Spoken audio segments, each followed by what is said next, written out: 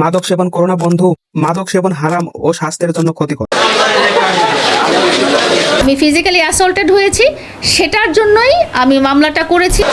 এটা পরিবারের সম্মতিতেই আমরা থেকেছি। কমিটমেন্ট না থাকলে কিন্তু এই মামলাটাও আসতো না। আমরা তাকে গত রাতেই গ্রেপ্তার করেছি দাউদকান্দি থেকে কুমিল্লা জেলা পুলিশের সহায়তায়। আর আমরা 7 দিনের রিমান্ডের প্রেয়ার দিচ্ছি, দেখা যাক আদালত কতদিন বিবেচনা। লায়লার হোগায় আঙ্গুল দিল প্রিন্স মামুন। প্রিন্স মামুনের পেছিতে টোক্কা দিয়ে বেহুশ করে দিল লায়লা। খেলা মনে হয় ভালোই জমছে। লায়লা করছে মামুনের বিরুদ্ধে ধর্ষণের মামলা। পুলিশ ধরে নিয়ে গেছে মামুনকে। বিয়ে না করে একসঙ্গে একই বাসায় একই রুমে ছিল 4 বছর। না জানি কতই না ফ্রি সার্ভিস নিয়েছে আমাদের লায়লা খালা। লায়লার নাকি এর আগে আরো 2টা বিয়ে ছিল, যেটা নাকি মামুন জানতোই না। মামুন লায়লাকে বিয়ের প্রলোভন দেখিয়ে করেছে শারীরিক সম্পর্ক, তাই লায়লা মামুনকে দিয়েছে ধর্ষণের মামলা। আজকে তাদের দেব হালকা করে নাড়াচাড়া, তুফানের মতো উড়িয়ে দেব, বাঁচতে পারবে না কেউ আমায় ছাড়া।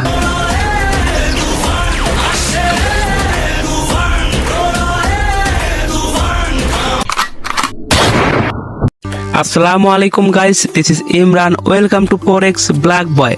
তো কেমন আছো তোমরা? বরাবরের মতো নতুন ভিডিওতে হাজির হয়ে গেলাম আমরা। মামুন এবং মামুনের মা এবং তার পুরো পরিবার আমার বাচ্চাটার প্রতি খুবই যত্নশীল দেখিয়ে আমার দুর্বল স্থানে আসলে তারা জায়গা করে নিয়েছেন। তারা বুঝেছেন যে একটা মায়ের কাছে একটা সন্তানের মূল্যটাই আসলে অনেক বেশি। 4 বছরের সম্পর্ক, এখন ধর্ষণের মামলা কেন? এতদিন তো কোনো বাচ্চার কথা বলেনি তারা, এখন বাচ্চার জন্য এত দরদ এলো কোথা থেকে? মামুন এবং মামুনের মা এবং তার পুরো পরিবার আমার বাচ্চাটার প্রতি খুবই যত্নশীল, আমার বাচ্চাটার প্রতি খুবই যত্নশীল দেখিয়ে। আর এত ভালোবাসাই বা কোথায় গেল? এই মহিলার স্বার্থ ছিল বেশি, চাহিদা ছিল বেশি, তাই এত কিছু হচ্ছে মামুনকে নিয়ে। আমি ফিজিক্যালি অ্যাসল্টেড হয়েছি, সেটার জন্যই আমি মামলাটা করেছি। এটা পরিবারের সম্মতিতেই আমরা থেকেছি। কমিটমেন্ট না থাকলে কিন্তু এই মামলাটাও আসতো না।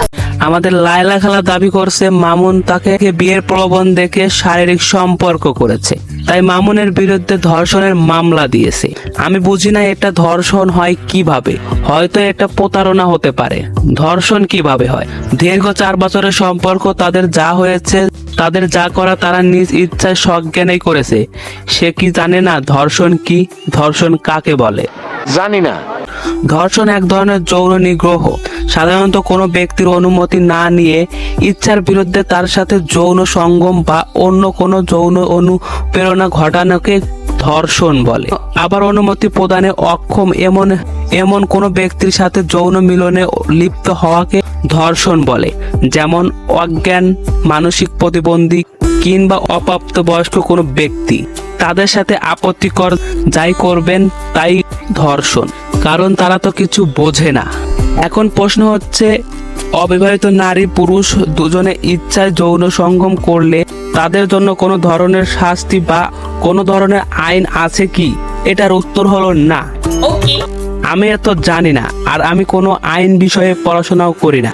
আমি যতটুকু জানি তাতে মনে হয়েছে এটা কোনো ধর্ষণের মামলা হতে পারে না, প্রতারণার মামলা হতে পারে। 4 বছর আমার সাথে যে সম্পর্কটাকে সে জড়িত ছিল, সেই সম্পর্কটা টোটালি অস্বীকার করে সে আমাকে যত রকম ভাবে হেয় প্রতিপন্ন করা যায় এবং যতভাবে নিজ প্রমাণিত করা যায় সেটাই সে শেষ মুহূর্তে করলো। এটা এক ধরনের প্রতারণা। সাধারণত প্রতারণার ক্ষেত্রে দণ্ডবিধি 420 ধারা মামলা প্রচলিত। এই ধারার শাস্তি সর্বোচ্চ 7 বছর। দণ্ডবিধি 415 ধারায় বলা হয়েছে, কোনো ব্যক্তি যদি অসৎ উদ্দেশ্যে কারোর উপর প্রভাব বিস্তার করে, তার ক্ষেত্রে কোনো কিছু আদায় করে, সেটা ওই ব্যক্তির সম্মতি সাপেক্ষে হলেও প্রতারণা বলে। যেমন ক্ষতিকর বিষয় প্রতারণা, মিথ্যা পরিচয় প্রদানে প্রতারণা, বিয়ে নিয়ে প্রতারণা, আর্থিক প্রতারণা ইত্যাদি। এক এক প্রতারণার অভিযোগ এক এক রকম, শাস্তিও ভিন্ন রকম। আসলে আমি খুব একটা জানি না, খোঁজাখুঁজি করে যতটুকু জানতে পেরেছি ততটুকু বলছি। এতদিনে তাদের অবসান ঘটলো। এতদিন কত কিছুই না দেখতে হয়েছে আমাদের।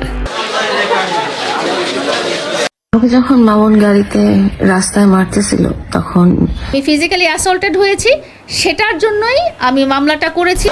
এই মেয়েটার ছিল লোভ, লালসা ও শারীরিক চাহিদা। এই ছেলেটাও যে খুব ভালো তা কিন্তু না।